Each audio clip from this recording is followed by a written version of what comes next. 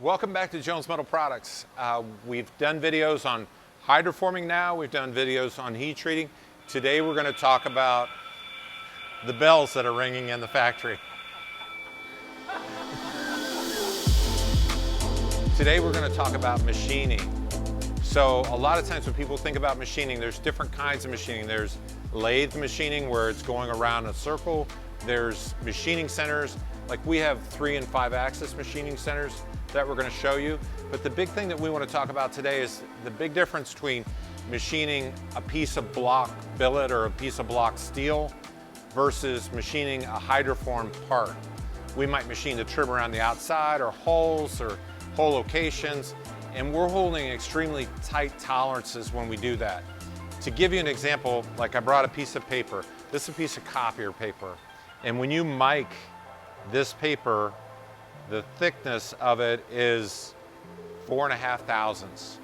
A lot of times when we're machining a formed metal part, our tolerance is plus or minus 5. So our tolerance on a part that might be 24 inches long, that length has to be within a sheet of paper, plus or minus 5 thousandths. So a lot of times people don't, for one thing, people don't understand what they're asking for. You know, when they throw around tolerances, they say, well, I want to hold plus or minus 5. Well, you're actually asking that thickness over that length of the part. That's a pretty high expectation. And the only way we can hit that tolerance, but the only way we can hit it is with machining.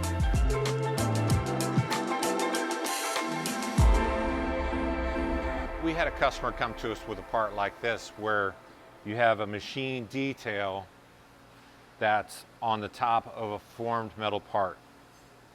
One of the things that, the way people normally make this is they might machine this whole thing out of a big block of metal. They also may just form this dome and then machine this as a separate piece and weld it together. What we did was we took a thinner piece of metal, we machined in this detail with these threads, we put a cap over the machine detail, and then we formed it using hydroforming. We then formed this down over in the dome shape. So we saved them a lot of metal, and we also saved them having to form it and weld it if they were going to do it that direction. So this was a hugely successful project, and it was just something that the customer had never considered before. That's what we try to do, is bring solutions.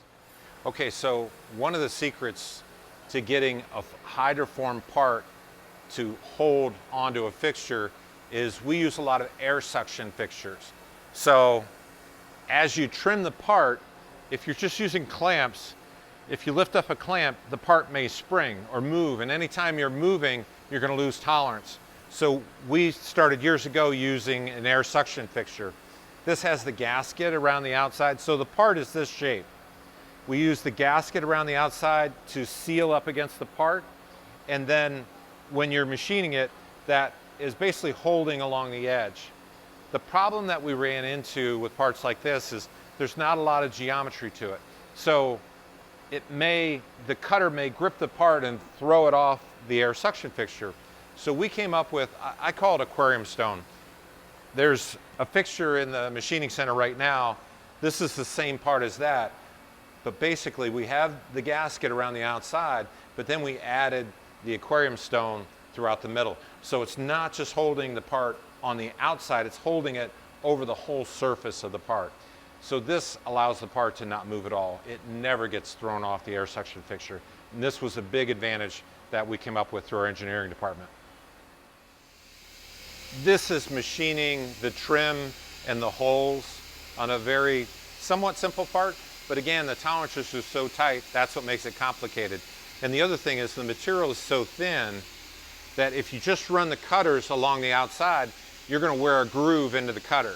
You know, we're doing a lot of these parts, and over time, if you wear a groove into the part, you're going to lose the tolerance when you're cutting the edge. So one of the tricks that you can use is to oscillate the cutter. So it's moving up and down, and you're not wearing a groove into the cutter as you're trimming the part. But again, we're using an air suction fixture. So right now, this part is sucked down onto the air suction fixture and allows you to get around. There's no clamp interfering with where you're going to machine the part. All right, really exciting day. They're actually going to let me push the button on the machining center. I'm usually not trusted to run specific equipment like this, but we wanted to talk about, we just bought a new Mazak 5-axis machining center. We're really excited about this. We've owned several Haas's. The really cool thing about this, super accurate, easy to work with.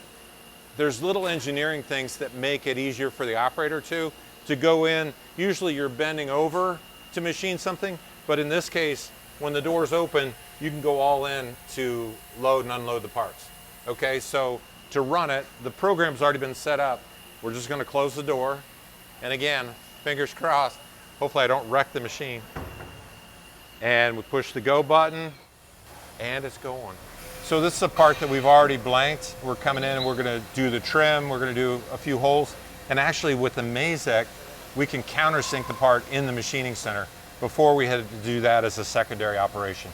This kind of machining, it looks like a simple part, but again, when we talked about the thickness of the piece of paper, we're holding that kind of tolerance on hole sizes, hole locations. How we trim it is very critical. So you can't just do this with a router or a laser. It has to be done on a really state-of-the-art machining center like Mazak.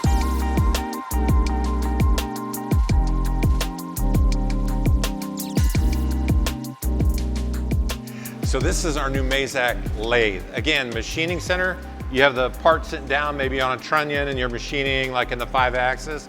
On a lathe, you're actually loading up the part into the chuck, thank you. You're loading the part into the chuck and it's spinning, and then the cutters come in and cut the shape that you need to cut. Now the difference with this is the first lathe that we've had live action tooling. So we're actually able to put holes and do special trims in one setup.